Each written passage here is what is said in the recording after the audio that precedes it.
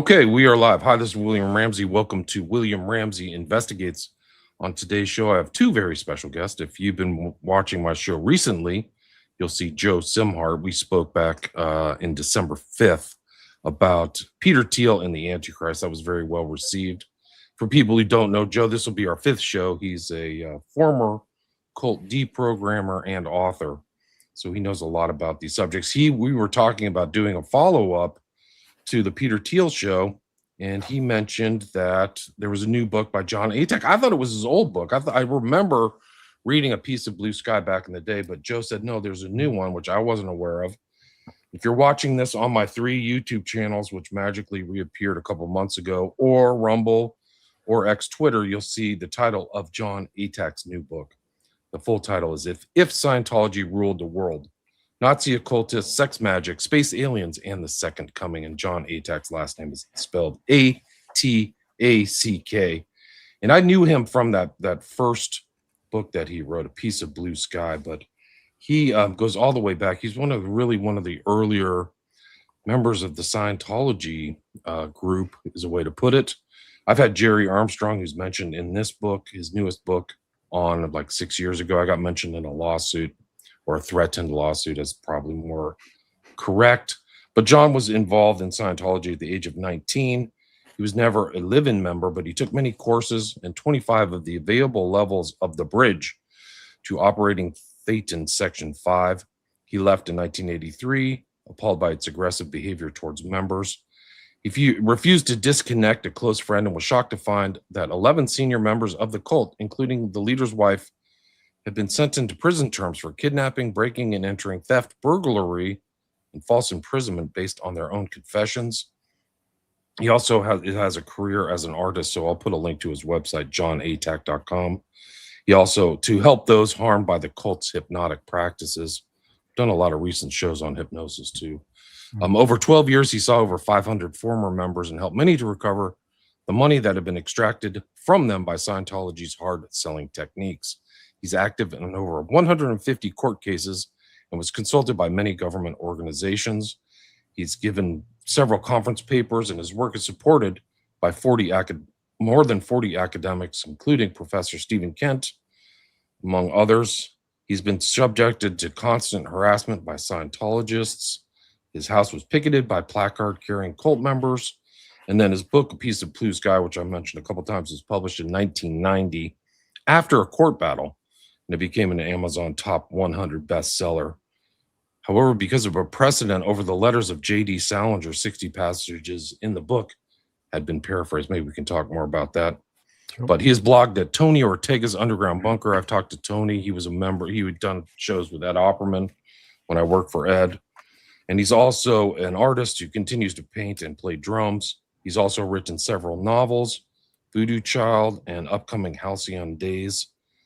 And he lives in Nottingham and cultivates his garden. He has 4 children and 1 grandchild. So Jon Atack and Joe Szimhart, welcome to the show. Joe's going to start off by reading an article about that he wrote, a book review about what he wrote about this book, If Scientology Ruled the World. That's how we'll get it started. So Joe, please go ahead. All right, yeah. So this review was just published recently by the International Occultic Studies Association in their online magazine, ICSA Today. And so I reviewed Jon's book after reading it recently. And the title of my review is Pee-wee Fascism, and that's in quotes. Fascism has become a political football in current world affairs, with both sides accusing each other of being fascist, like Spy versus Spy cartoons in Mad Magazine. Jon Atack, in his new book, If Scientology Ruled the World, grabs the fascist football from self-serving spies, and after deftly zigzagging through the comparative occult cultures of Scientology and Nazism, he scores a touchdown. Doesn't mean he won the game, but he did score the touchdown. This book is loaded with reliable research about cultural and occult forces and ideas that influence the developments of Nazism, Scientology, and a host of other movements. Atack summons his decades of dogged investigation and experience in and out of Scientology that he fastidiously wrote about in A Piece of Blue Sky, Scientology, Dianetics, and L. Ron Hubbard, which again in 1990. So his first book remains a seminal book exposing a bizarre self-growth business disguised as a world-saving church. I think this second book gets into the meat of why this topic is so important, that if a group like Scientology, which has totalistic ideas, ever had an army, you'd have another Nazi Germany of some kind, I think. And that's the basis of what I see going on with John's newest study.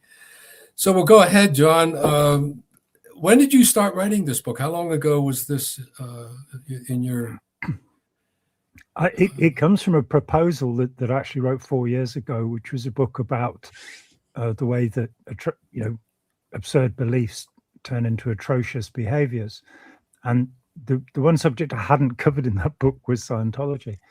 And it was a year ago this August I set to work, and I gradually, what the original proposal split into 7 separate books. So there are still 6 to come yet. Whether I'll write them or not is another matter. And it's just to I was very interested, for example, in the way that the Book of Revelation has influenced so many groups, including Ron Hubbard, Charles Manson, and of course the Nazis with their idea of the millennium. But that had to be put aside because it was just, everything was getting too complicated. And so tracing back and kind of going, where does the Aryan race fantasy come from? Why is it that people are saying, that we are a distinct race because we are white? Where does this fantasy come from? And I was amazed. It's something that's not taught in our schools. It's something that's not generally known. And it's a very modern idea. It's a 19th century idea. It doesn't go any further back than that. And the books are kind of a prequel to Let's Sell These People a Piece of Blue Sky, which is a history of Scientology, and as yet the only history of Scientology, which is surprising given what a bizarre and fascinating topic it is. There are more than 100 autobiographies of former members, but actually putting all of that material together hadn't happened. You mentioned, William, that the original A Piece of Blue Sky, I had to paraphrase 60 passages. The current version, Let's Sell These People a Piece of Blue Sky, has all 60 of those passages back in, plus 40 more for good measure, which are all quotations from Hubbard's diaries, his journals, his personal letters, and his harassment orders, all things that the court in New York in 1990 thought shouldn't be there for some interesting reason.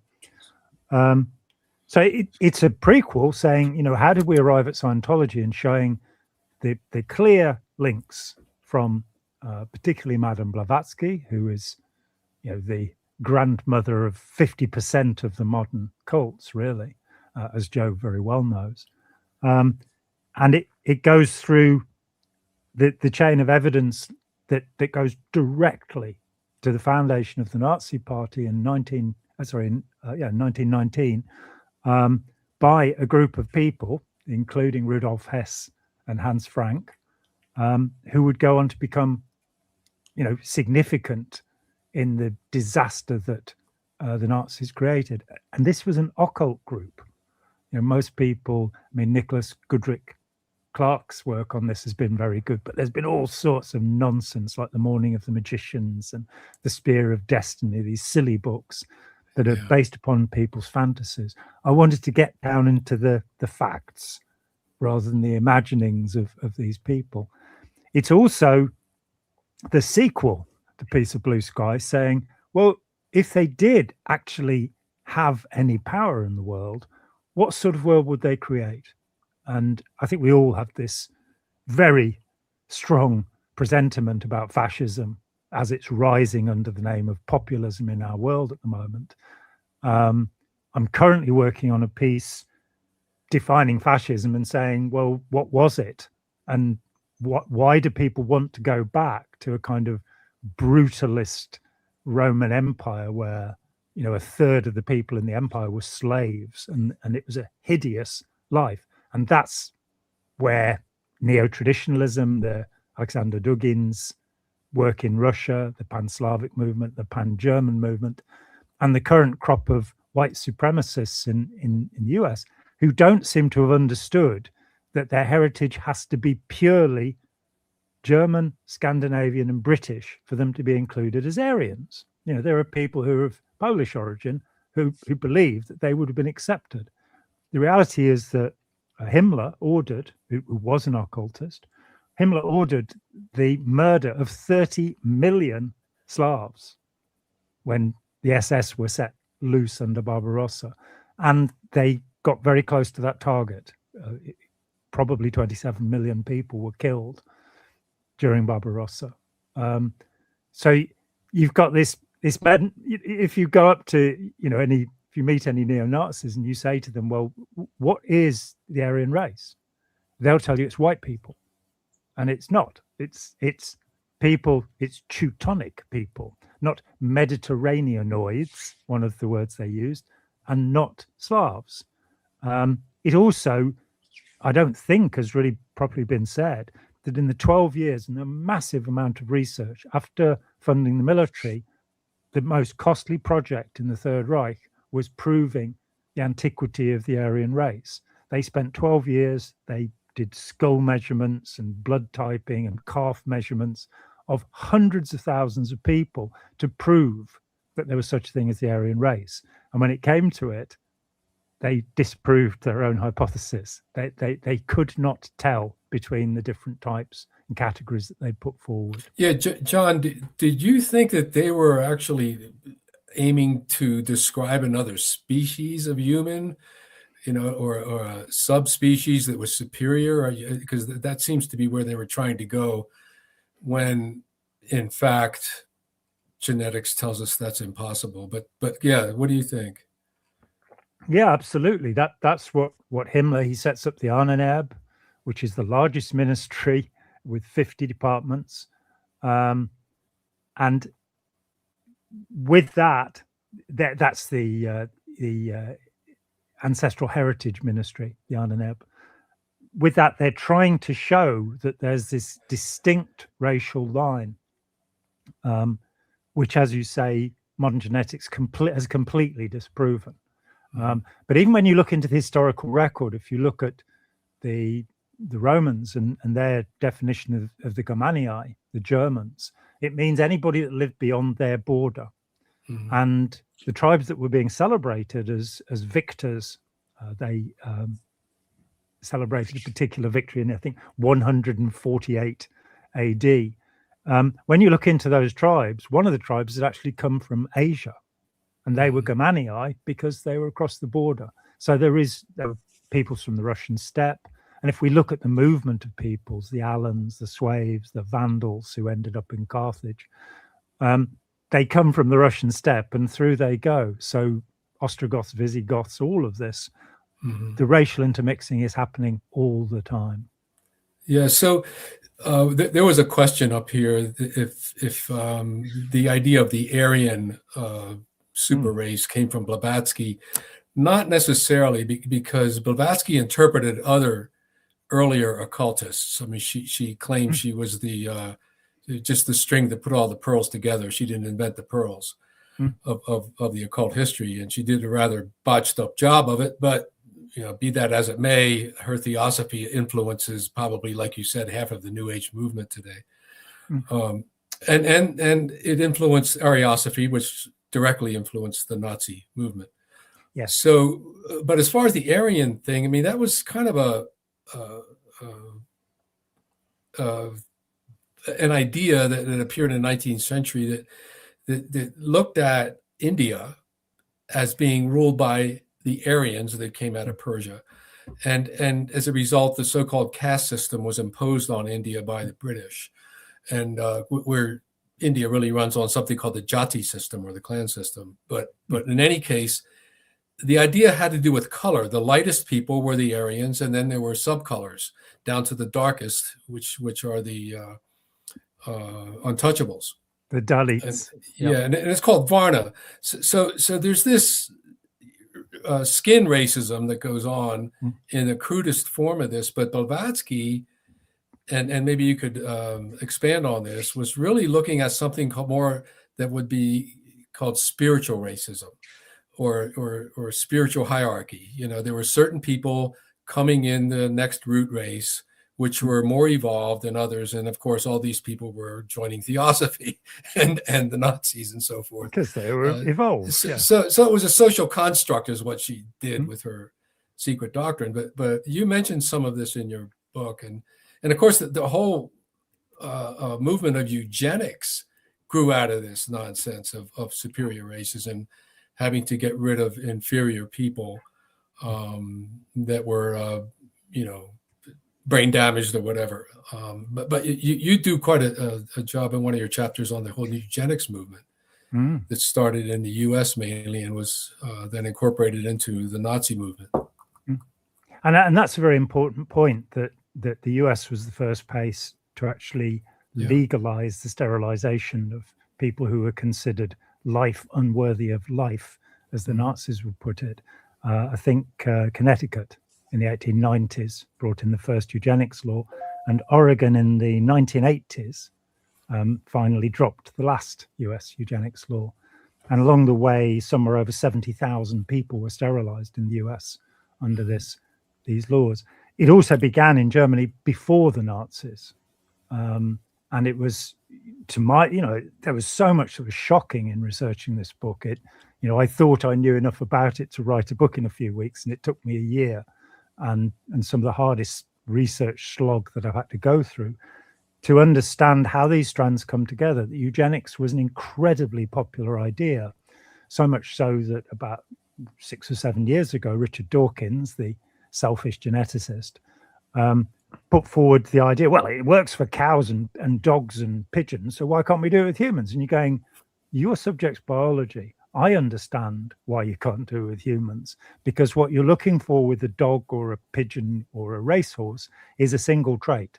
You're looking for their appearance. So if they have a pugnacious face, or if they will dig in the ground, terriers. With racehorses, you want them to win races. You want them to be quick. And the problem is that those pugnacious dogs, the bulldogs and the pugs, will have asthma. The King Charles Spaniel is very pretty, but the brain case is not big enough. So you're not breeding a fit animal.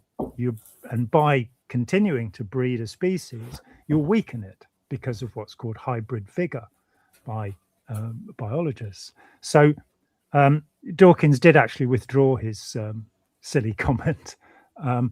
But so many famous people, D.H. Lawrence, Winston Churchill, Arthur Balfour, the British Prime Minister, were all massive supporters of this. Kellogg, the guy who gave us cornflakes, poured money into eugenics with the idea that if you sterilized those people that you didn't like the look of, or that who were getting in the way in some way, then you'd be able to make this change. Now, again, the Nazis proved this wrong.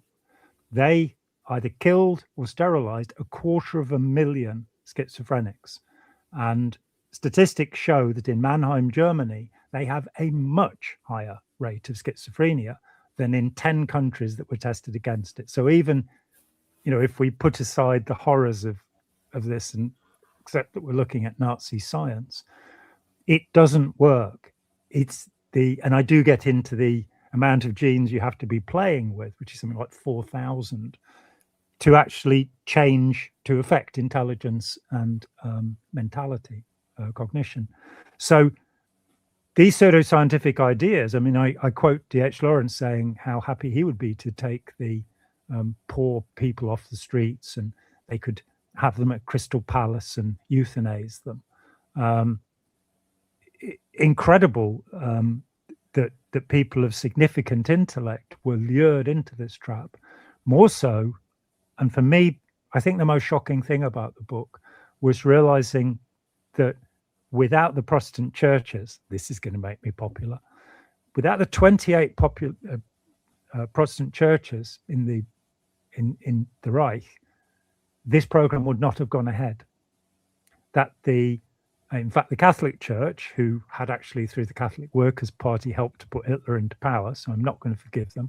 They did nothing about the Warsaw Ghetto, and they helped a lot of war criminals to escape after the war. So I'm not going to give them a pass, but they did stand up against eugenics, both in the US and in Germany. All 28 of the Protestant confessions had to admit that Jesus was not Jewish, he was a Galilean Aryan, and that his message was to end Judaism. And as you know, Joe, this is prefigured in the works of Martin Luther, who said that Jews should be hung 7 times higher than other criminals. So it pulled together many strands. Blavatsky picked up an idea that it starts in the late 18th century. A Welsh guy worked out, I think it was numbers in 3 different European languages. And he said, oh, they sound the same. I wonder if there's a common origin. And he started looking for what would be called Indo-European. In Germany, it was called Indo-German, or Aryan. And this is, it's a Sanskrit word for Iranian. It comes from the same place as Iranian, as you say, and it means the nobility, the aristocracy. This is then perverted by a French count, Arthur de Gobineau, who we read was fearful that he had a black slave in his own ancestry. And the same was true for his wife. And this gave him this sort of complex. He grabbed the word Aryan and said it means noble people like me, not peasants like the rest of you. And his idea was that it was Vikings, particularly the Normans, who invaded and come to England under William the Conqueror, William the Bastard, as he was known at the time, and had gone to Sicily under Roger and Robert. And that they had blue blood. They were a distinct and separate race. Gobineau's most famous disciple was Richard Wagner, who actually traveled with Gobineau, though we find that he never sacked his Jewish concertmaster, despite his anti-Semitism. He was the best concertmaster he could get, and he would actually have dinner with this guy, and very strange. Gobineau's ideas are then picked up by a state senator, state congressman. He served as a representative and as a senator, called Ignatius Loyola Donnelly, which I think tells us what his religious background was, probably. And he was actually quite a good guy. He was for votes for women. He objected when funds were taken from the Freedmen's Bureau 10 years after the Civil War. He thought that freedmen, former slaves, should be given something in return for what had been done to them. He also joined in on the debate about who wrote Shakespeare, and put forward some very strange ideas about that. He believed it was Francis Bacon. It wasn't.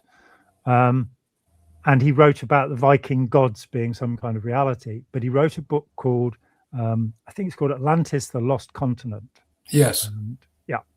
And I'm actually reading a novel of his called Caesar's Column, which is a futuristic dystopian novel.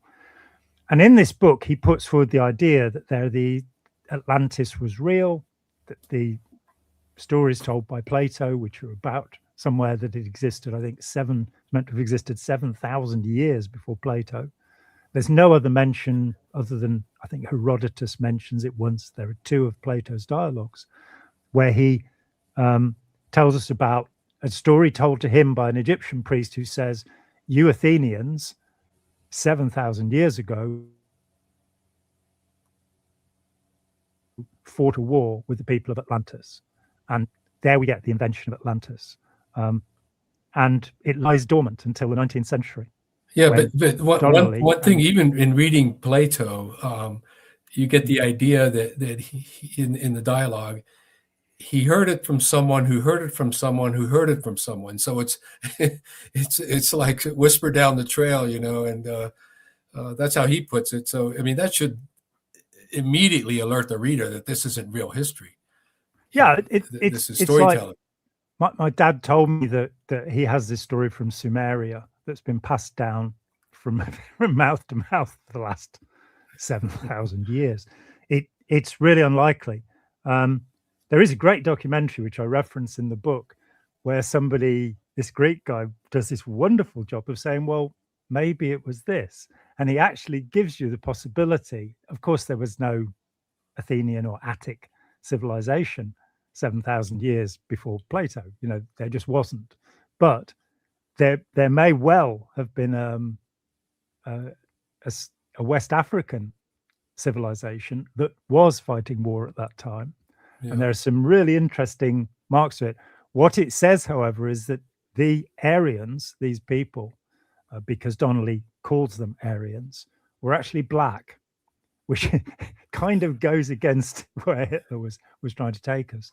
So it's a fairy story with not one shred of proof. Mm-hmm. Donnelly then tells the story, and he tells us that the Aryans are red-headed people who live in Scotland and Ireland. Now, he publishes in 1882. Madame Blavatsky publishes the completely unreadable, and I say that two people have written in my comments. They have read it, but I don't know what's wrong with them. 1,500 pages regurgitated, where she tells us that intelligent life began in an intangible form on this planet between 200 and 300 million years ago. And that as these beings, the first root race, became more sinful, they solidified. And by the fifth root race, and at the end of the fifth root race, we get the Aryans. Now, she is anti-Semitic, but she's not talking about killing Jews. She posits that there was a yellow Adam and a red Adam, and that we come from these different Adams. She puts forward the idea that there was a 1,000,000-year-long aerial war fought within these civilizations, which is an unbelievable thought. A war for 1,000,000 years. They didn't have any aeroplanes because, of course, when she was writing in 1888, the Wright brothers hadn't done their flight. So it was all dirigibles. It was all balloons fighting each other. But there's nothing left of 1,000,000 years of war. If you walk the battlefield at Bull Run or Gettysburg or here at Naseby, for civil wars that took 4 years, you will find lead. You will find, if you go to the Somme, you can't fight. But we also find evidence of dinosaurs from 50, 60 million years ago. So there should be some evidence if there was a war that long. But just to bring this back to the topic on how this relates to Scientology, because you do a comparative occult read between Himmler and Hubbard. And so Hubbard, in his approach, claims that he went into the primordial wisdom at a risk of his own life and channeled, so to speak, OT3 and other mysteries that come out of the etheric universe that him and Crowley were experimenting with at one time. And so I want you to kind of bring this back into the book's central thesis, which is that comparison between Hitler and Himmler and maybe a little bit of Crowley and how his sex magic was able to influence what we understand as Scientology. Yeah, well, it started for me with a secret bulletin that Hubbard wrote that stated the 5th of May 1980. Of course, he died in 1986. 2 years after his death, the highest level of Scientology, the level that had been promised from its very beginnings in February 1952, when he lost Dianetics and had to make something else up, he promised that you would be able to leave your body, travel anywhere in the universe at will, and create effects of a magical nature. So, if you felt like blowing a planet up, you'd be able to do that.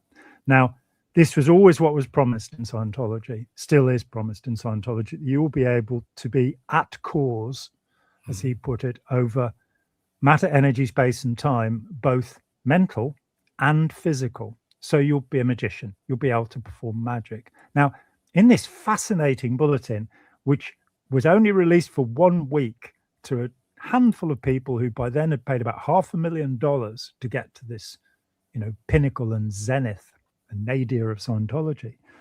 This first bulletin basically says, okay, I'm with Lucifer, which is another word, of course, for Satan, and the Antichrist, and the whole purpose of Scientology, and this is not said anywhere else to Scientologists, we were not told this, the whole purpose of Scientology is to stop the second coming of Christ. And then it says, I had an inkling of this material in 1945. And you kind of go, that's when he met Jack Parsons, their Crowley acolyte, with whom in 1946, they tried to incarnate the Antichrist, which they call Babylon, to bring about Armageddon and the war, where he was hoping they could stop the return of Christ. They could stop, and Satan would rule. And you kind of go, maybe South Park is the right place to be actually discussing these philosophical ideas. You have a good point. Yeah. So there was so much that was just amazing in writing this book. I've been around Scientology 50 years, and it's 42 years since I left, and I've gone deeply into the biography of Ron Hubbard, very deeply. My book was used by Russell Miller to write his wonderful biography of Hubbard, a good book, Barefaced Messiah, which is also the best title a book's ever had. And I was his only paid researcher through the 18 months of doing that from the beginning, and I was his expert witness in court. So I'm deeply familiar with the biography of Hubbard, with his Magick. I've written a lot about it. I've spoken a lot about it. So it was amazing to find, hang on a minute, there's a man in common between the development of Scientology and the Aryan race theory as it got to the Nazis. And this is a close friend of Blavatsky's called Dr. Franz Hartmann. And there's a Hartmann Society. It started up quite recently. And I wrote to them along the way and I said, look, I've been through 4 of Hartmann's books and he seems like a relatively decent human being. How come it is that he was a member of the List Society, which is where the Nazis got the Aryan race theory from? And how come he was a founder of the Ordo Templi Orientis, the sex magic group that Aleister Crowley would later come to head, and which is the basis of Scientology? All Hubbard did was he rebranded, there we are. He rebranded Thelema, this idea of the will in Crowley, and called it intention. And he took the idea of magic and gave us new words for it and said, you'll be able to do these things. I have scientifically researched this. This guy Hartmann is a confluence. And as I say, I wrote to the Hartmann Society and the answer I got was, we're not the right people. You need to talk to somebody else. And you've got the wrong email address. I said, this is the email address of the Hartmann Society. And they referred me to somebody else and he didn't reply. And I would have been interested to find out. Hartmann was a fascinating character. Whether he was actually a medical doctor or not, we're not sure. But he did perform eye surgery on people for 12 years in Colorado before becoming, a head of one of the Theosophical Societies for Madame Blavatsky. Crowley's ideas, the Beast 666, a fairly direct connection. Somebody tried to argue with me that Crowley wasn't really an anti-Christian. You're going, he called himself the Beast 666, if you looked at what that means, on whom Babylon will ride when she comes to oppose Jehovah. That confluence of ideas becomes sex magic, which Hubbard practiced. The 2 ceremonies or set of ceremonies that he practiced with Jack Parsons in January to March 1946 are sex magic ceremonies. They are the 8th and final ceremony of the Ordo Templi Orientis, the Order of Eastern Templars, one of the many Templar societies, which would, of course, also lead to the Nazis, and which Himmler was very keen on. And Himmler was, of course, the second most powerful man in the Third Reich. He had 1.25 million troops, the Waffen and Allgemeine SS, under his direct control. John, were you ever able to prove that Himmler was a member of the OTO, or any other high-level ranking Nazis were members of the OTO? Because I know they banned it. There was the Action Hess or whatever at one point where they banned all the secret societies. Yeah, and in fact, before the Hess action, which is 1941, Hitler in 1935 had banned all occult societies, including the Anthroposophists. No, Himmler, as far as I can tell, did not belong to any occult society. However, he ran an occult society. At Wewelsburg Schloss, he would bring SS officers and they would study yoga, they would study meditation, they would study his interpretations of Wotanism, which is still with us. Of course, in the neo-Nazi movement, you have Odinists or Wotanists who believe that they are following an ancient Viking religion, which of course they aren't, because one of the defects of the Viking religion was that they didn't leave any record of it. So it's only around about 1000, year 1000, that we have the Edda from Iceland, the prose and the poetic Edda, which are reflections upon what used to be, as far as they can tell, beliefs of Viking, Danish societies. So, but Hans Frank, who was the Governor General of Poland, where all of the death camps were, Rudolf Hess, the deputy leader of the party, they were members. They were on the edge of the Toolgesellschaft, the Tool Society, which was an occult society, and a part of a front group for another order called the Germanen Orden, which was, and the groups through which the List Society was informed by Theosophy. So you have this very clear line, and it happens in a pretty short period of time. The Nazi Party, the National Socialist Deutsches Arbeiter Party, was formed within the Tool Society by people who were communicants of that society. Now, this has maybe been pushed a little too far. There is the idea, Eric Kurlander is probably the current academic expert, because Goodrich Clark is sadly no longer with us.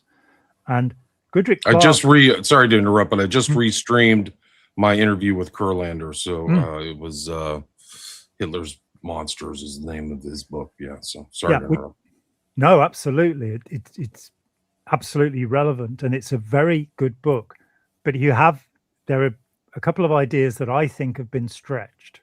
And the first is where, if you look to Wikipedia on the subject of Nazi occultism, it very confidently tells you that Goodrich Clark showed that Frank and Hess and others were members of the Toolgesellschaft. I said they were communicants. There is no evidence of membership. We know they went to meetings, and we know that the Nazi Party was formed, out of one of those meetings. But the claim that Kurlander makes, and he's careful about it, he's a very good scholar, is about Ernst Schertl. And the idea, I have it somewhere here, who knows where. Ernst Schertl's book, Magick, which I reference in my own book, was found in Hitler's library. And there are 60 marked passages in it. It's an extraordinarily interesting book. I don't have any interest whatsoever in the occult. I had to struggle my way through Aleister Crowley's awful books to see how they related to Scientology. So, it's not one of my interests. It's never been one of my pastimes to dress up in black robes and make candles out of babies or anything like that. I just didn't fancy it. Never done it. But there's this idea that because this book was in Hitler's library and because it's annotated, therefore Hitler was involved with the occult. And one of the things I'm at pains to point out is that there is no evidence. It's a signed copy. Schertl himself signed it, and it's an incredible book because it talks about how the imagination can be manipulated so that people think things are real. So, and you can see that Hitler understood the principles in it, but there is nothing to say that the marks were made by Hitler in the book, let alone anything else. And of course, it's after his ascension to power. The book's published it gets into the library in 1934, and he took power in January 33. Hitler does not seem, as yet, the evidence may change something, but as yet I can't find anything that connects Hitler. Himmler, Heydrich, and a whole set of other Nazis are deeply committed to Wotanism, to this idea of overthrowing, and Hitler did talk about overthrowing the Christian church, but I think realized that he wasn't powerful enough to do that. And so instead they created a Reichsbishop who was over the 28 confessions, one of which was the confessing church, the Nazi church. But the other 27 were the Protestant churches of Germany. And they were sort of brought to heel so that they acted in accord with Hitler's wishes. John, there's something interesting in reading your book and another book I read on Russian cosmists. Cosmism is a big movement since the 19th century. Seems to be a correlation going on in these occult fascist endeavors between occult science and rocket science. Parsons was a rocket scientist, and he had some chops in terms of the technology behind that. The early cosmists, following Fedorov in Russia, were some of the earliest promoters of rocket science, like Vernadsky. So this idea converges somewhat in the title I gave my review, which is Pee-wee Fascism, which is what a critic of the I Am activity that was founded by the Ballards called the Ballards movement Pee-wee Fascism. And so I see Scientology as another version, a small version of fascist movement without an army. So that's what sets groups like that apart from, say, it does have a Nazi navy, Germany. of course. Well, yeah, it did have a navy. Yeah, you're right. Yeah. And its own intelligence service, right? Its own intelligence. I think yeah. you write about that, John. Yeah. Hundreds of and it had navy uniforms too, which is still does, more important, I guess. So this idea of rocket science, of not only power to blow things up, but power to get off the earth, goes very much in line with occult science in the sense that you can somehow create a superhuman being that will ascend, like Jesus ascended from this planet and live forever. The Thetan, the oversoul, the Übermensch, whatever you want to call this thing. So there's this fascinating correlation between the sciences on one hand. What drives us to want to go to other planets? I mean, what the hell do we want to do up there? We didn't evolve on Mars. We're not going to do well on Mars. I don't care how many human beings you put there. It doesn't make any sense. But we're fascinated with getting off this planet, either by spiritually ascending or through some rocket. And some of the science, is looking at the complexity of this. Is it all possible? Like at the Santa Fe Institute, for instance. People take this seriously, and there's some deep inner human drive, I think, to conquer death before we die.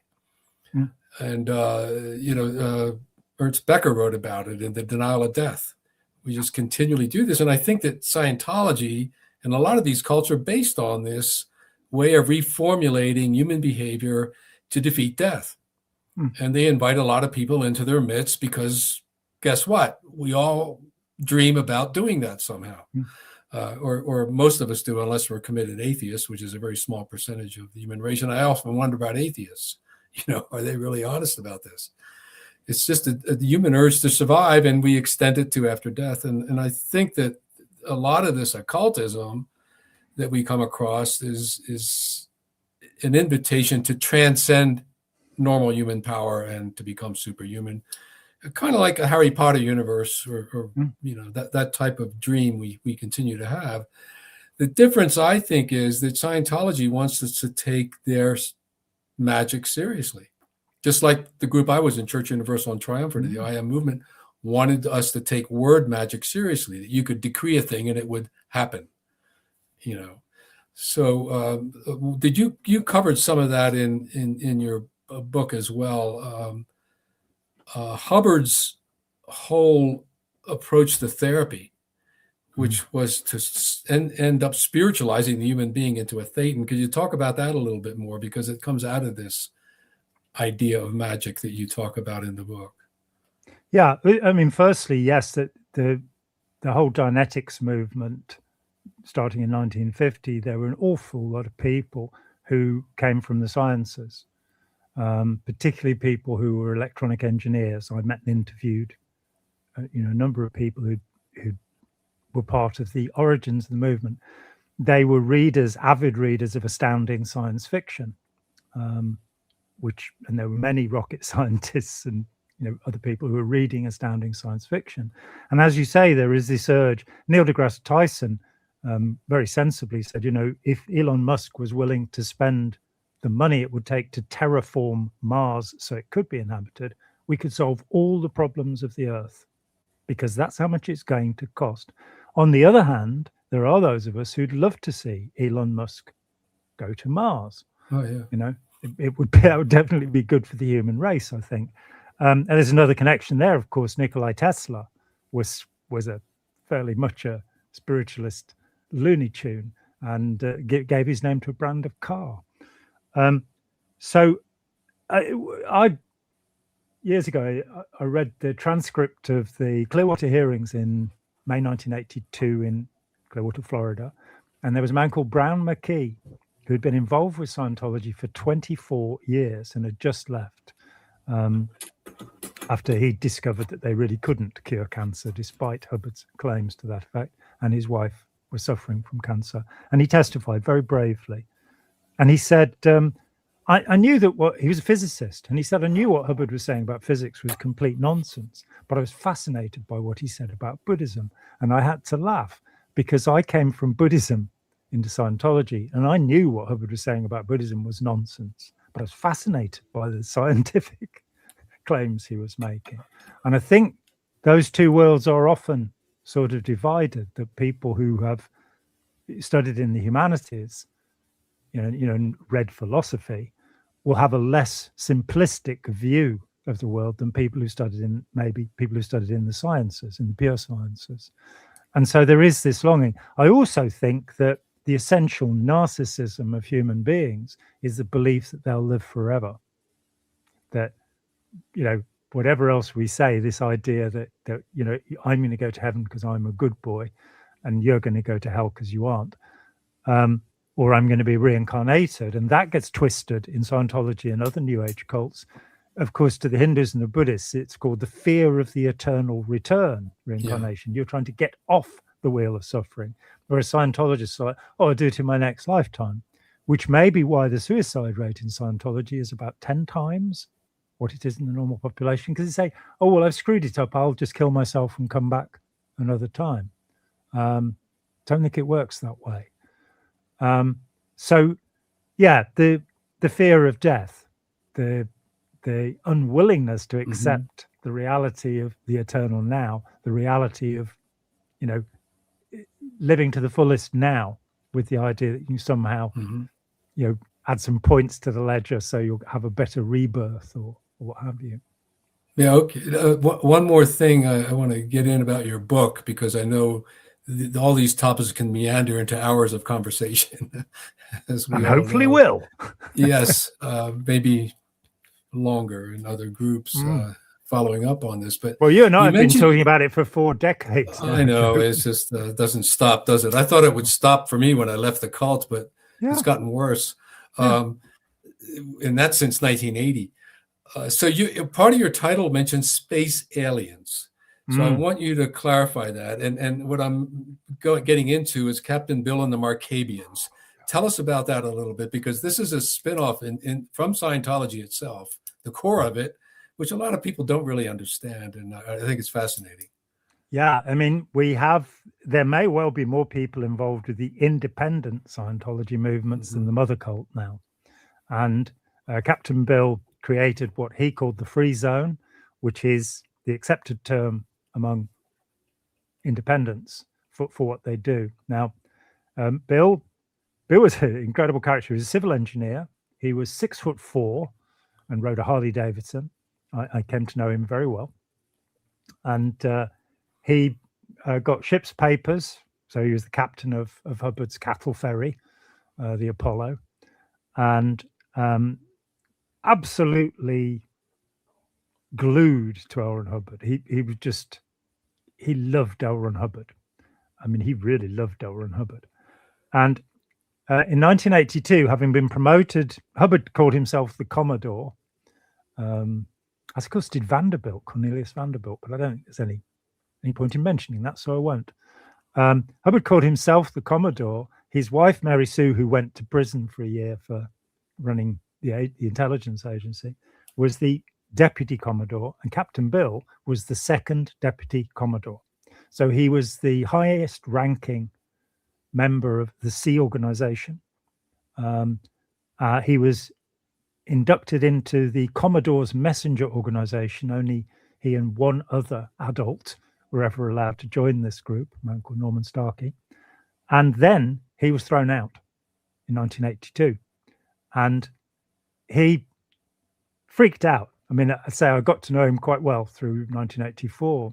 And he said he went to his friend Mike Baker Rogers' house in Spain and said, "Have you got a small room I could be in?" And Mike said, "Yeah." And he said,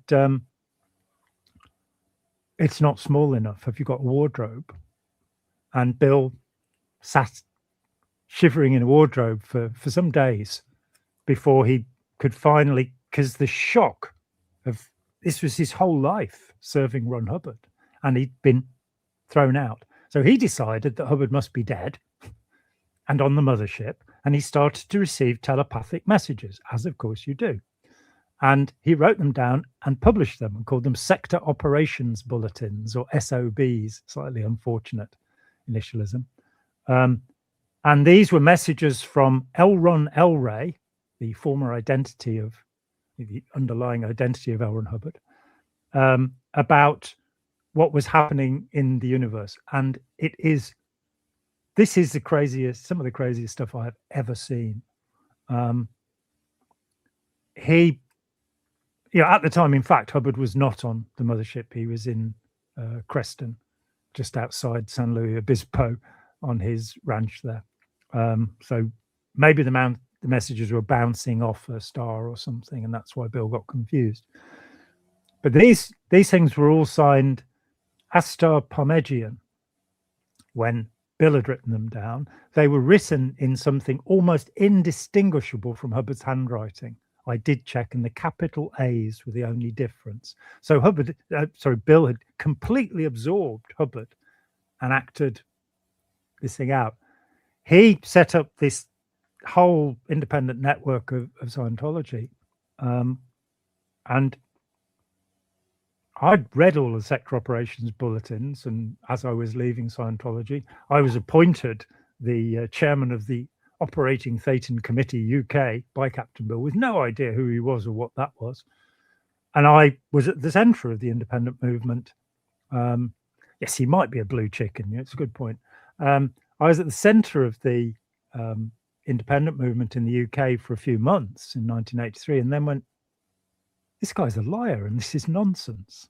Having been a devoted believer for 9 years, it's just like, he's a liar. He keeps contradicting himself. And then, digging into his past, he didn't do any of the things he claims. Bill once told me that he'd been in the room twice when Hubbard had done something that would put anybody off Scientology. And I spent 8 months trying to, because he came to live in East Grinstead where I was living with a friend of mine. I spent 8 months trying to tease out of him what these two things were, and he never told me. The sad story is that at the age of 58, Bill died. He had a tumor in his throat, and he refused to have a tracheotomy. So he strangled to death because he was sure that he could use his spiritual powers as devised, while working closely with Ron Hubbard. He was sure he could use his powers to overcome this thing. So it led to his death. Very premature death. One of the things, I print the whole of one of the sector operations bulletins, and I was like, can I really, thrust this upon my readers, the whole of the thing? But it's so bizarre that it shows you the internal workings of a mind that's completely infested with these ideas. And there's a point where he talks about this OT3 incident, which the South Park episode about Tom Cruise has. This is what Scientologists really believe, and that is the Operating Thetan 3, the Wall of Fire episode. And he says, basically, he relates it to the Chicxulub incident, the asteroid that hit in the what is now called the Gulf of America some time ago. And it's dated through iridium layers, which are completely datable through radio dating, radioactive dating. And it dates to 66 million years ago. It's the last great extinction, got the dinosaurs. And Bill explains in this sector operations bulletin that they've got it wrong, dating the iridium layer, because Ron Hubbard dated it at 75 million years ago using his e-meter. And that thought that it's a Wheatstone bridge, it's nothing elaborate. It tells you how you feel. It doesn't tell you whether you have the truth or not. It tells you how you feel. It's a part of the police polygraph, long since discredited. The whole idea of lie detection, long since discredited. A wonderful book called Tremors in the Blood, which gives a very good history of polygraphs and says that even the people who invented them didn't believe they worked. But nonetheless, it was important for me because it showed that the method of verification used by Madame Blavatsky, Aleister Crowley, Carl Gustav Jung, or L. Ron Hubbard is, does that seem right to me? And if it seems right to you, it's the truth. That's their research. That's their way of doing science. Yeah, that's John, just to point out, that's one of the most common arguments I've gotten in interacting with cult members doing interventions is that, well, I know it's true because I experienced it as true. Yeah. It's like a mantra almost. And, and so I slowly and carefully try to bring about the fact that experience is only the beginning of inquiry. Yes. And you can also learn from vicarious experience from other things and people and from history and from experimentation and from instruction manuals. Yeah, in other words, shoring up the evidence of your experience. But it's like full stop. My experience told me it's true, therefore it's true. And that's where the problem begins when people tumble down these rabbit holes, including Hubbard. Absolutely. And I mean, one of the common pieces of advice, I've heard it from a number of cult experts, is trust your intuition. And you're kind of going, no, test your intuition. Yes. So we can be so wrong. Hubbard even admitted that there's a book called Dianetics, the Evolution of a Science, which is a reworking of an article from, I think, 1949. And in there, Hubbard talks about his research methods, and he says he used automatic writing, what we call channeling or transmediumship. And you're kind of going, as a scientific method of inquiry, I'm not really too sure that's one of the better ones. It's interesting. Blavatsky used the same technique when she wrote The Secret Doctrine. She just, according to, her witnesses that were around her at the time, she would just stay up all night, and these pages would fly off of her desk and grammatically impure and corrupted, but she also had a somewhat photographic memory where she had about 100 books that she would quote from, not necessarily always looking things up. Colonel Olcott wrote about this in old diary leaves. He was with her the whole time when she was doing this, writing this stuff. But she more or less channeled, this information. And so it came from her masters, 5 of them, mainly helping her along. 4 of which were totally imaginary, one of which, the Comte de Saint-Germain, was quite a charlatan during his day. But so, all of that aside, this form of immediate experience coming into the mind from the intuition, from other worlds, from the Akashic records, which is supposed to be this eternal library that Blavatsky made up from a Sanskrit word meaning sky, and she translated into Akasha as the font of information of somehow. But in any case, that what you bring up, I think, is very true about almost all of these cult leaders, is they want people to believe that they're in touch with some kind of gnosis, that they grok things immediately and purely, and that you should listen to them because they claim that they do. So that's basically what Hubbard did, I think. Yeah, absolutely. I mean, William James, who's certainly one of the founders of modern psychology, as well as the founder of both the British and American Societies for Psychical Research. There's a great book called Ghost Hunters by Deborah Blum about that, which is really, she's amazing, really something. The Poisoner's Handbook by her is also very good. But James put forward the idea of noesis, which is the feelings of knowing. That a lot of what we believe is because we feel it's right. And being able to test it, if you poke people and ask them for evidence, friend John Hunter wrote an excellent book called Manufacturing Mania. Now, he experienced bipolar disorder. He had a manic episode in, I think, 2003, and thought he was Jesus, and was absolutely high for months and months, and then crashed. And his training was all in business and finance, but he decided he'd better find out about bipolar disorder. And he became an expert on the subject. He has a PhD. And round about 2010, his boss at work said, "Oh, you've got to go onto this training," which I think was the Forum. I think it was, Landmark Trust, what used to be called Earhart Seminar Training. But I don't think he wants to be sued by them, so he doesn't generally tend to say that's who it was.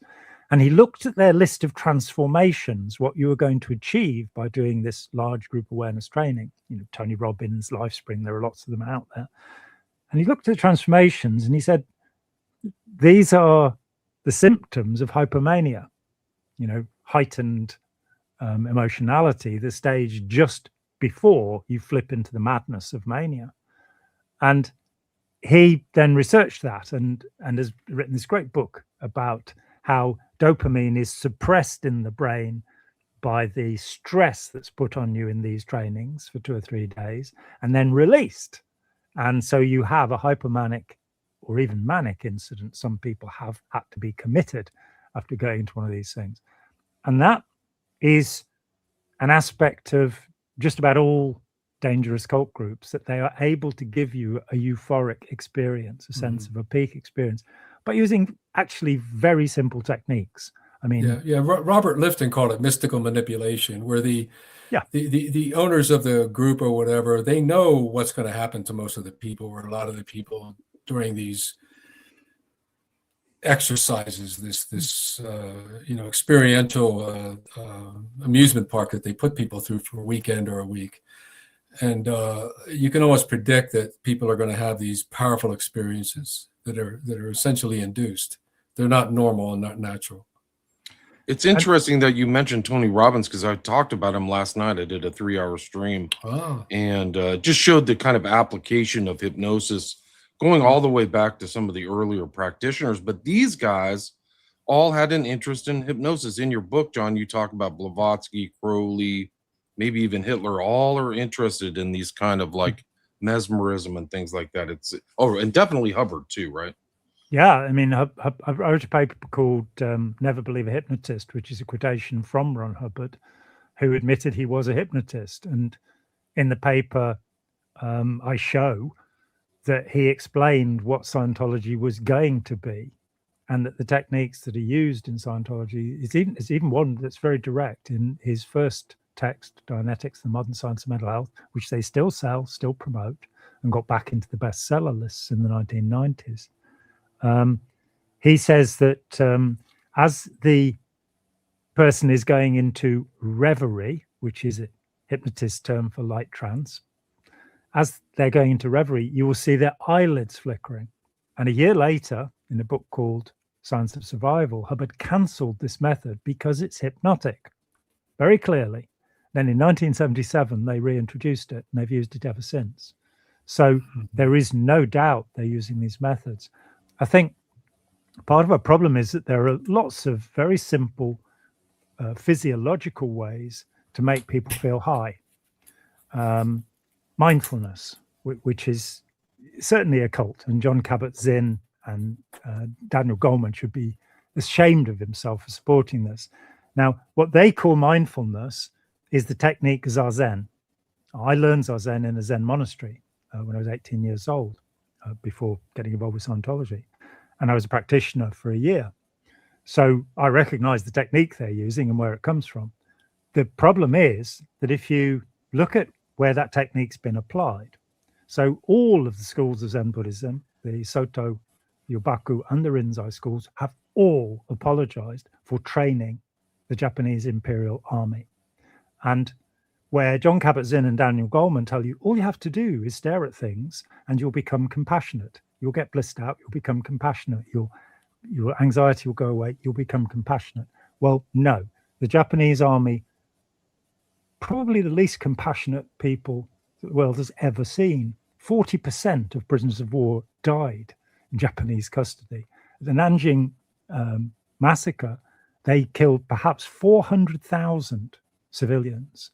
And the Zen master who the general looked up to wrote to him and congratulated him on bringing true Zen to China. So this idea that this technique, what actually happens when you stare at things is called the Ganzfeld effect. You will start to hallucinate because there's not enough information coming into your mind to process. So the sensitivity goes up. And you'll then have the normal euphoric hypnotic state. There are lots of ways of doing this. Anything repetitious, mimicry, copying somebody, pacing. You can repeat affirmations, for instance. Yeah. Is a form of autosuggestion. Yeah. And which I want to bring up here again. We've mentioned theosophy as being sort of the godmother of a lot of the nonsense going on in fringe groups and yes, and fringe thinking, but also new thought is what I discovered in my own research when I emerged from the cult of and Christian Science and the Church Universal. Yeah, and new thought is based in mesmerism again, so is hypnosis. And so the idea of autosuggestion is suggesting that you can put on the mind of Christ as Christian Science does. And if you could put on the mind of Christ through self-suggestion, you will cure yourself of weakness, of illness, of even death.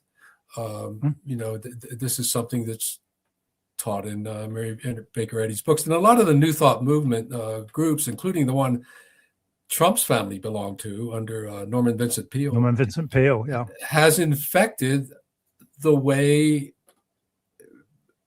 millions of Americans behave. In fact, I think it's Alan Bloom. He called it the American religion, the idea of new thought, that we all have this idea of positive thinking, that we can speak things into existence. We can manifest things, as the New Age Wiccans like to say.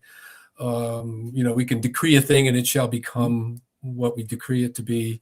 The entire Ramtha cult movement is based on this idea that you can speak things into being or imagine them into being. The secret, the law of attraction. The secret is based on that. The Course in Miracles is all Course in Miracles is self-hypnosis. It's pure new thought. It's pure new thought. So we're kind of infected by this metaphysical virus. That's also an MK Ultra project, by the way. Course in Miracles. Yes, it was. Yeah. And it always fails. One of the things I'd like to say that got me out of the cult back in 1980 was after all this decreeing and trying to manifest and all of this going on and watching people get pasty-faced and weak around me in the cult, and having diseases like everybody else, in fact, worse. All of this effort could not even warm up a cup of tea for me, let alone, heal anything or change the weather or whatever they were claiming it to do. So, and the corollary to that is in many of my cases, people say, well, you don't believe in the power of the mind. You don't believe in all that. I go, well, it's not that I don't believe. I don't see any evidence for what you're saying. I have come out publicly against some of the most powerful exponents of decreeing and manifesting and powers of the mind, including Satya Sai Baba, Elizabeth Clare Prophet. And I know from inside information from ex-members, hundreds of people have decreed to annihilate my spirit. Yeah, I don't blame them, Joe, because no. You're a troublemaker. So, what can I say? I am 78 years old right now, and I don't take pills. And I'm just wondering if that was happening, even if it was evil, where's the power? Where's the evidence for the power if it was directed at me? So there's two solutions to that. One is doesn't exist. The other one is I have a hell of a powerful guardian angel. So take your pick. I go for the second one. It's because it's I'm got your guardian it's got angel, wings, you know, whatever and it is. so Yeah, I mean, in Scientology, when they're interviewed, Scientologists and probably members of other groups will say that they can move clouds, they can make dust devils appear if they're in that kind of environment, and they can change traffic lights, which in South Africa are called robots for some reason. These are the things they can do. So I started at talks doing this thing where I get a little bit of tinfoil, put it on the lectern or the desk or what have you in front of me, and I say, if this moves 1 inch during the talk, I will believe that there are magical powers. And I'm sad to say it never did. So yeah, as you say, I mean, how could I possibly still be talking about Scientology 42 years later if they've got thousands of these super beings who could at least strike me dumb? It hasn't happened yet. Yeah, and at this point, at this point, if I drop dead tomorrow, it's too late. They had their shot. Yeah, you know, they had their shot for 40 years. Stop projecting those horrid thoughts at us. Yeah, I too. I'm 70 years old. I'm happier now than I've ever been since I was about 4 years old, and my health is ridiculously good. Whereas in Scientology, one of the investigations that I did alongside some independent Scientologists who were interested in this back in the late 80s, mid 80s, we were surprised at how many Scientologists had died of cancer. And as I mentioned Brown McKee before, and he said that when he took his wife who had cancer to the Florida headquarters of Scientology, they said, oh, we can't do anything about that. Go to the Hoxie clinic or, you know, one of these Mexican clinics. And he said, we went into the waiting room at this clinic and it was full of Scientology operating Thetans, people who'd done all of Scientology. And for, you know, the independents who asked me to do this believed that it was because they were doing Scientology wrong that this was happening to them. I came to the conclusion they weren't seeking treatment quickly enough. It was that simple.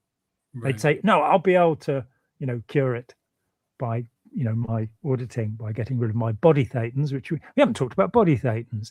The idea that really what's wrong with everybody is that they're inhabited by thousands of little beings which are acting against them. Right, and you have to do auditing to get them out. So you're almost like, it's like Scientology saying you're demon possessed or something. Is that too much of a stretch? Yeah, no, yeah. No, it's exactly and directly that. Dibbooks, Gadons, there are names in every culture for this idea. And for me, it's the most powerful, stupid idea we have is that there's an internal enemy. There's something, the unconscious mind, or, you know, sure, we have unconscious processes, but there's not a little guy sitting there going, I'm going to trip you up. It's just not happening. And whether we call them demons, body Thetans, the unconscious mind, the reactive mind, what have you, it's something that people, I think that once you start believing something, you start doing it to yourself. So nobody had a reactive mind before L. Ron Hubbard came along. And then he taught us how to have a reactive mind, how to think that there was this secret agent. Suggestion to the people. Pure and simple. Yeah. Guys, we are at the hour 15-minute mark. Do you have time for a few questions? Sure. Hubbard is an ascended master now. Is he? He said he was source, almost like you said, barefaced Messiah. Didn't he like go to the level beyond next when he left our mortal coil or something like that? Well, it shuffled off. There are various ideas about this. One was that you have 21 years and you have to come back if you're a member of this organization. He was the head of it, so he should have been back in 2007. So he's absent without leave. The second is that he was going to go off to somewhere else in the galaxy and screw that up, which, you know, who knows. And the third is that he was actually, his ashes were distributed in the Pacific Ocean. And that one I have confirmed. So he's a descended master, not an ascended master. He's a descended. I like that. That's Jonathan Sebastian. Cheeseburger Nikki says, is the end game of this cycle the implementation of the Luciferian agenda? True? Question mark. You guys want to address that? You have a go at that, Joe. Tell us if that's the truth. Well, it's true if you believe it. As most of human nature is, there's this, you know, we live through our useful delusions. In other words, Plato called it the noble lie, and he noticed it, and so have many other thinkers and people notice it, that we need some kind of a social construct in order to maintain our clannishness, our families, our honesty toward one another. We need rules and judgments, but these are all constructs. They're plausibility constructs, as sociology calls them, and they're useful and maybe necessary. I personally don't know if there's some ideal world where a God is influencing prophets and saints or whatever to guide us. All I know is that we believe there are, and sometimes our beliefs are useful and help organize society and keep us thriving in this planet. As far as final answers, I mean, if you look at not the Bhagavad Gita, but the Upanishads, yeah, there is no final answer. We just don't know, and you find that in Buddhism, you find that in mystical Christianity, the idea of the cloud of unknowing. We just go into a place where what we call the human brain just can't conceive of that. And apparently the wall is death. No one's come back, as far as we know. And with a lot of stories that people have. There's a lot of stories that people have. And the whole concept of reincarnation is this idea that people can come back. But the Greeks very wisely said that you go through the river of forgetfulness when you reincarnate. You don't remember anything. So all this stories about past lives is real bullshit, even according to ancient Greeks. So, sorry, Joe. Yeah. No, but all I'm pointing out here is if you use a little humility, you can say to yourself, there's a limit to what we can know about all this. And some of our projections are useful. And we try to maintain them as churches and clans and cults and businesses and philosophies or whatever. And, the great human debate goes on, but the idea of survival and helping and finding one another is an idea which hasn't really gone away. It's still there and it's still useful. We shouldn't be cynical about that, but there is, we like to believe that we can name the end game. And what's interesting about the end game, about Revelation, is that every generation comes up with an end game time slot. Like the late great Planet Earth was one of the, by Hal Lindsey from I think the 60s he wrote it, I forget, but it was supposed to end in 1988. And it did. Up until it did. Yeah, it did. The book's prophecy ended. But the money's still coming in, though, Joe. The money's still coming in. Yeah. But the point I'm making is that people in every generation, or 2 or 3 times a generation, glom on to these things. Like the Great Harmonic Convergence of 1988 was a big hippie New Age event when the great change of the cycles was supposed to happen, and of course nothing much happened. I still got the same cycle that I bought then, still riding it. So and the Mayan end of the Mayan calendar. The Mayan calendar was another one. Yeah. And so I was writing about the Book of Revelation, and that threw me into the Jewish apocalyptic, the Book of Enoch, the Book of the Secrets of Enoch. There are so many of these things, and it made me think about a friend of mine, Commander Mike Gordon, who was an amazing character, and we should do a show about him. But one day he too had the Upanishad idea. We're all part of one living entity, and where that's going, but he called it the Great Living Universe Experiment. And he said, why are we still following all these Bronze Age religions? Now, this came back to me. I'm rereading Robert Graves and Raphael Patai, The Myth of the Book of Genesis, where they take all sorts of commentaries from the early centuries about the Book of Genesis and the variants of the Book of Genesis, and they pull these things together. And there's this beautiful passage where God is pulling down the firmament over the earth, and he decides he will leave the northerly end, which is Toul, by the way, as in Toul Gesellschaft. He decides that he will leave the northern end unpinned, so that if there is a God as great as him, it can demonstrate its greatness by pinning this down. And it made me think about the scale of the world at the time that Genesis was written, somewhere between 900 and 450 BC. And that was the scale of the world, that you could pin the firmament, the heavens, down on the corners of the earth. Now, the Hubble telescope, when it went out, recognized 10,000 galaxies. Now, these galaxies would average 100,000 million suns or stars. Now, the James Webb telescope, and I haven't updated this for a couple of months, but earlier this year had got to 780,000 galaxies. So if we start thinking about a God that created this, that is so far beyond my pay grade. That is, to understand if there is any purpose or any meaning in the universe, I have to look to myself and the people around me.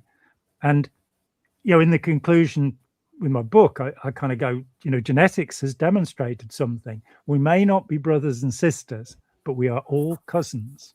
The whole human race. What's more, our ancestors were black. That's all there is to it. We're all descended from black people, which is fine.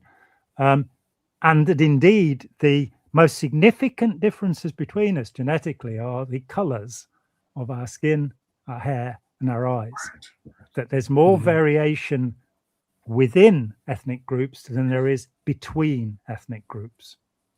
And that leads us down to this point. And in terms of, you know, what's the meaning of life? It's like, I'm absolutely with Jiangsu or Epictetus, the Greek philosopher, which is a kind of Epicurean stoicism. I'm here, it's happening, why worry about it? Might as well have a reasonably good time, maintain my health as best I can, and live for relationships with other people and the joy of being in relationship with other people, the beauty of the natural world. And both Joe and I are painters, so we believe in making things that excite the mind and take us somewhere, rather than kind of going onto a mountaintop and waiting for the mothership to come and get us. Yeah, we both did try that as younger people, you know. But Becker, in his book, The Denial of Death, he ends it with a personal statement. He says the best he thinks he can do is to leave a legacy behind that helps the next generation, the next, you know, to thrive. And something that sweetens the experience of life rather than take away from it. Amen. This guy, Cheeseburger, hold on. Cheeseburger Nikki, just to answer your question, Blavatsky is definitely a Luciferian, and Nazism is Luciferian in its core. So these cycles that repeat themselves have this kind of Luciferian. Well, just to be specific, and the Worm at the Core brings this up, which is a follow-up on the Denial of Death. But the Blavatsky's idea was that the serpent Lucifer in the Garden of Eden was actually bringing gnosis, knowledge, to mankind, and bringing them away from the false god, the demiurge, that was trapping them into this material life. Right. So that was the early Gnostic heresy, if you want to call it that, the choice, the way they saw Jesus's teachings. And there were hundreds of variations of whoever this guy Jesus was in interpreting his teachings. And we ended up with St. Athanasius kind of cobbling it together with the four Gospels as our Bible, you know, today. But that took several centuries to in about 375 AD. Yeah. Right. And so, you know, the idea that it's a little bit too facile to say that, you know, the serpent Lucifer gave us knowledge. Maybe he did. Maybe there's some truth to this in terms of us losing our innocence as animals and becoming very judgmental human beings. You know, we were even judging whether we should wear clothes or not, according to the Genesis myth. You know, God says, "Who told you you were naked?" Well, I don't know. You know, we just suddenly felt kind of odd looking at each other's genitals, and we covered them up. You know, so that separates us from the animals. You don't see lions putting on diapers or whatever. So, you know, there is a more intelligent way to explore that than just an either or. Blavatsky was totally wrong or right. She had, something's partly right, but most of it was bullshit that she came up with. Yeah, and then the notion of Lucifer in their magazine was called Lucifer. So yes, they were definitely into that. Mhm. Their notion of Lucifer is Prometheus, Right, the bringer of Prometheus, light. right? The Titan, And right? pushing back way before that, and we now have Sumerian and Babylonian materials which tell us the earlier versions of the Garden of Eden. And so there are cylinder seals from Babylon which show the goddess Asherah, the mother of Jehovah, welcoming Adam and Eve into the garden to eat the fruit, which was not an apple, it was a date, because apples hadn't come from Afghanistan yet. And the serpent is the father god. So, the story is retold according to who the audience are and what you want them to do. And on the point of who we are and what we are in the end of the cycle, as I say, I think our notion of individuality, of permanent separateness, is narcissistic. I think we are, as Becker would probably perhaps agree, threads in a tapestry. Mm-hmm. And that tapestry is humanity, and that tapestry is part of whatever consciousness may be. And the thing is to be a golden thread, to be one of the best, or a strong thread, something that's good, and to give something to future generations. My whole life has been about trying to find logical reasons for the existence of humanity. Because when I was about 17, a friend of mine said, the best thing that could happen for the planet is the extinction of the human race. And for about 2 years, I walked around going, God, you might have a point there. We are really messing things up, aren't we? We're really harming things. And then I went, but we're the only creatures that can mend that mess. So, and beyond that, when you've been to the Blue Mosque in Istanbul or Salisbury Cathedral or wherever, probably not the ballroom at the White House, but when you've been to Gothic cathedrals, when you've seen Velázquez's crucifixion, or they're stunning. The things that Mahler's symphony. No, it's the things that we have been able, Jimi Hendrix, the things we've been able to do that justify the reality. And if we look back to the biblical idea and say Maimonides in the Guide of the Perplexed, around about before 1100, starts out by saying it is a mistake to believe that when Genesis says God is created in the image, man is created in the image of God, as the blasphemous painting in the Vatican has it, it's not in his physical image. It is that man has imagination, that we can conceive and think of things which the other 5 to 25 million species can't. The fact that we spend our time, playing video games and, eating ice cream and McDonald's is not necessarily, the best use of that imagination. But when you look at what has been achieved and what can be achieved, what a wonderful thing to have life, to not have been born a rock, to actually be able to have these conjectures and these thoughts. Thank you. Yeah, somebody asked there about how many independent Scientologists. Yeah, let's go back to that. We've got about 4 or 5 more questions, guys. So let's try to roll through them. In 1993, a friend and I listed 200 groups that had splintered from Scientology by that time. There must be 200 more. And some of them are like Darfree John or Ekankar or Est, that you can't even necessarily see at first that they are direct rip-offs of Scientology. So it's kind of intermingled into the culture now, along with Norman Vincent Peale. The fact that we've got a devotee of Norman Vincent Peale and positive thinking in the White House is just terrifying. Gotcha. And there's a lot of front groups. Scientology used to have a ton of front groups. I don't know if they still do, but almost like the CIA.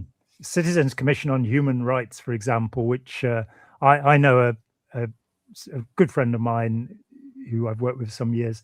She, at 11 years old, complained about the abuse she was suffering from her Scientologist stepfather. And she was persuaded to withdraw her police report by the Citizens Commission on Human Rights. So, yeah, and they had Narconon and Criminon, all sorts of things. And they influenced other groups. There was like a big legal battle. I think it was a Cult Information Network or something like that, where they... Cult Awareness Network. Cult Awareness, thank you. They Cult brought Awareness. 54 suits. I was on the periphery of those suits. 53 of them failed. And then, what's his name? The deprogrammer who... Rick Ross. He lost a case where he'd kidnapped somebody. And in losing that case, the Cult Awareness Network became the property of Scientology that ran it for some years after that. And you'd ring up and they'd tell you about cults.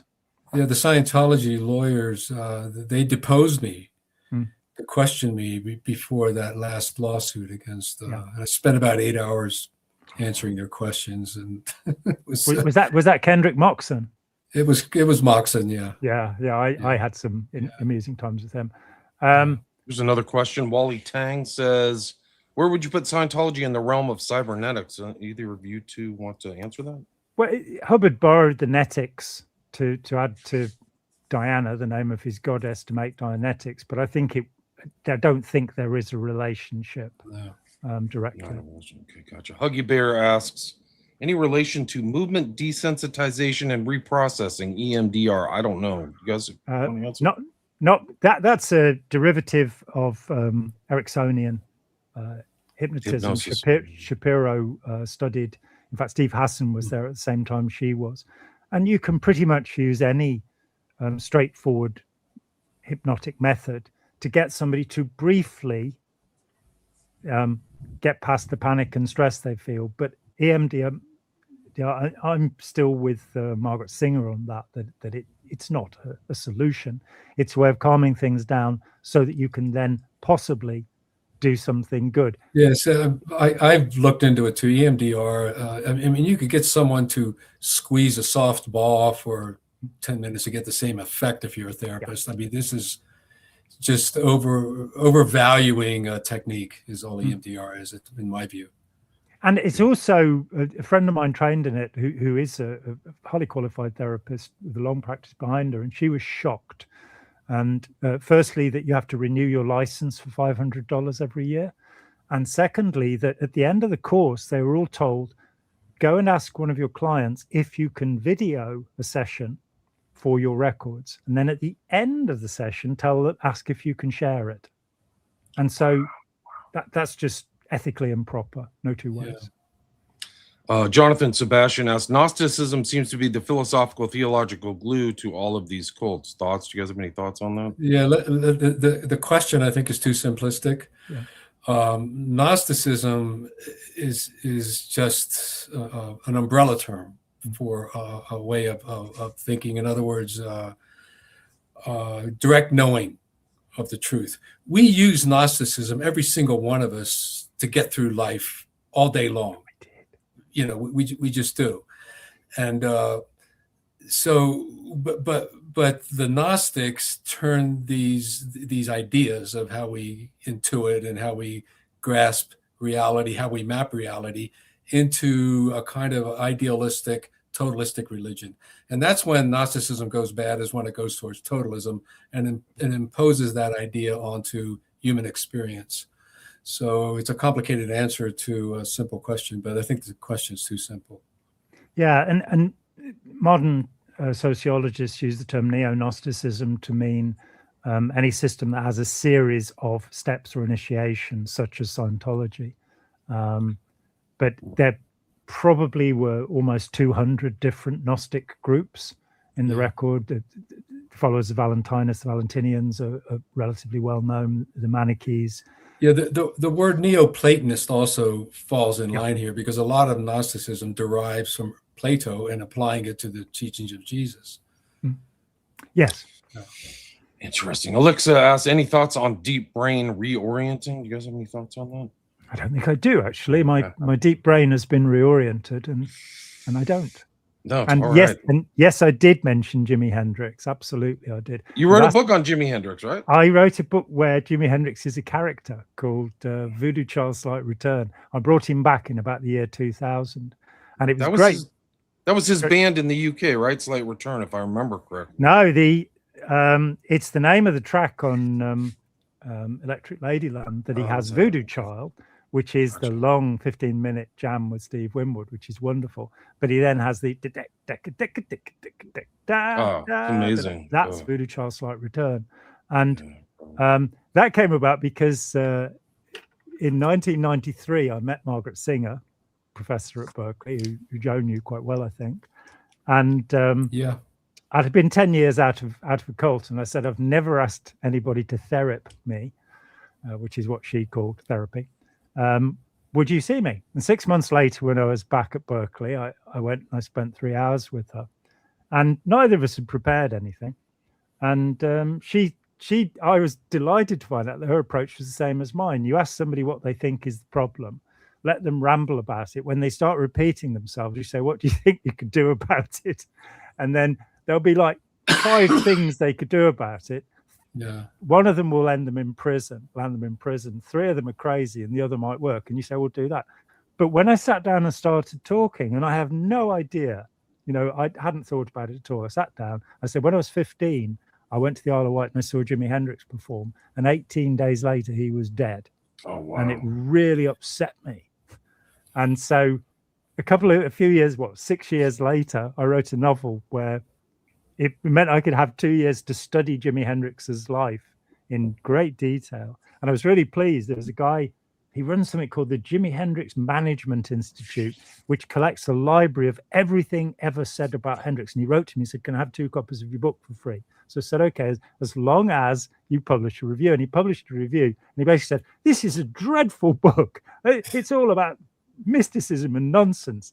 But he did not correct a single fact, nor did he correct the projection of how I thought Hendrix would probably think. And I'm very happy to say that I've discovered that Hendrix was actually a very clever man. I thought he just was the great musical genius of the decade, but he was also a very smart, thoughtful man. Last night I found a film version, and I didn't realize there was film of it, of the version of Machine Gun that's on Band of Gypsies. You can find it on YouTube. Somebody's put silly psychedelic effects on it, but to watch him playing that unbelievable solo, quite remarkable. Yeah, remarkable guy. Part of the 27 Club. Guys, this is Jon Atack's website here. It's jonatack.co.uk. You can check him out there. Go subscribe to his YouTube channel. It's Jon Atack Family and Friends. And then Joe Szimhart's YouTube channel is Joe Szimhart 9431. I'll put links to all 3 of those sites in the show notes. Is there anything you guys like to add or anything I missed before we end the stream? Just thank you so much. It's been great fun. Yeah, appreciate it. Thank you for allowing us to talk about John's book. I think it's very important. I agree. I'm glad that we made this happen. Again, the guests are Joe Szimhart. This is his YouTube channel. And then I'll bring up the new book by Jon Atack, A-T-A-C-K. If Scientology Ruled the World, Nazi Occultists, Sex Magic, Space Aliens, and the Second Coming. Thank you both for your time. Really appreciate it. And it's available as an ebook, as a print book, as an audio book, as a T-shirt, as a mug, and as a small furry animal. Good. You can get it in Amazon or any other purveyor of probably just Amazon or whatever, moment, merch, I guess, merch. Yeah. Or you can go to Jon Atack and his website and ask him where to get all that stuff. So go to his website and follow up with these guys if you have any questions. But both of you, thanks so much for your time. Really appreciate it. Thank you, Willem. All right, Steve.